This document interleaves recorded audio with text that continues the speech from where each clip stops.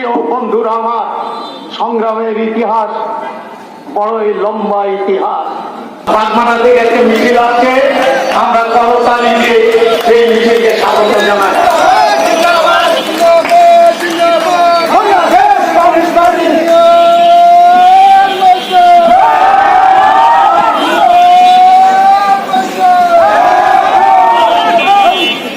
প্রিয় বন্ধুরা আমার, রাজশাহীর সংগ্রামী জনগণ, অনেক লড়াই সংগ্রাম আন্দোলনের মধ্যে দিয়ে আমরা বাংলাদেশ অর্জন করেছি এবং সেটা নির্দিষ্ট একটি ৭১-এর মুক্তিযুদ্ধের মধ্যে দিয়ে অর্জিত হয়নি।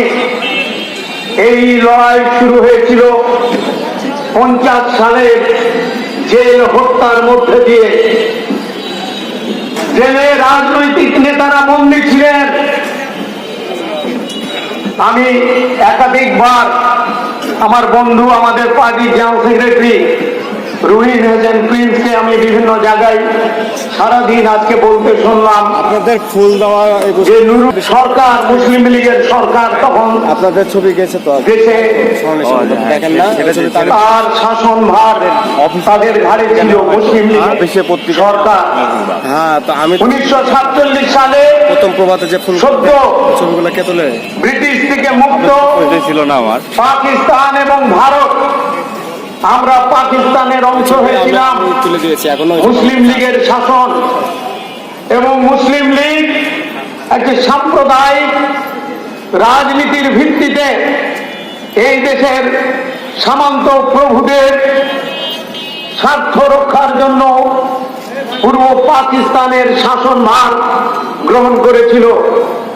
ব্রিটিশ বিরোধী তেভাগা আন্দোলন এবং পাকিস্তানে যে সমস্ত কৃষক শ্রমিকের আন্দোলন, সেই আন্দোলনের মধ্যে দিয়ে যারা রাজবন্দী হয়েছিল তাদের একটি বিরাট অংশ রাজশাহী কেন্দ্রীয় কারাগারে তাদেরকে বন্দী অবস্থায় রাখা হয়েছিল এবং তারই একটি অনেক বড় অংশ রাজশাহী কেন্দ্রীয় কারাগারে খাপড়া ওয়ার্ড নামে যে একটি ওয়ার্ড আছে, সেইখানে রাজনীতিদেরকে বন্দী করে রাখা হয়েছিল এই সমস্ত বামপন্থী সংগ্রামী রাজনৈতিক এবং কৃষক নেতৃবৃন্দকে।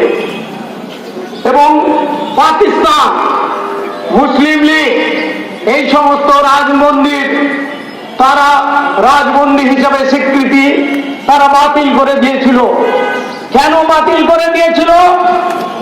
যে পাকিস্তান সামন্ত আর ধর্মের ভিত্তিতে যে পাকিস্তান গড়ে উঠল, এই সমস্ত বীর শ্রমিক কৃষক নেতারা সংগ্রামের মধ্যে দিয়ে সেই প্রতিক্রিয়াশীল রাষ্ট্রের বিরুদ্ধে বিদ্রোহ ঘোষণা করেছিল এবং বিদ্রোহ ঘোষণা করেছিল, তাই তাদেরকে আর রাজবন্দী বলা যাবে না। সামন্তর বিরুদ্ধে, সামন্ত প্রভুদের বিরুদ্ধে এভাবে তা আমার উৎপাদিত ফসলের ন্যায্য অধিকারের জন্য লড়াই করেছিলাম বলে সামন্ত প্রভুদেরকে খুশি করার জন্য তারা রাজবন্দীর সেই যে স্বীকৃতি সেটাকে তারা বাতিল করে সাধারণ কয়েদিতে রূপান্তরিত করেছিল এবং এর ফলে রাজশাহী কেন্দ্রীয় কারাগারে তখন ব্রিটিশের একজন ইংরেজ কর্মকর্তা, তখন ইংরেজ সেই সুপারিনটেন্ডেন্ট, তার নাম ছিল এডওয়ার্ড বিল, সেই বিলের নেতৃত্বে ১৯৫০ সালের ২৪শে এপ্রিল খাপড়া ওয়ার্ডে নির্মমভাবে গুলি চালিয়ে ৭ জনকে হত্যা করে অসংখ্য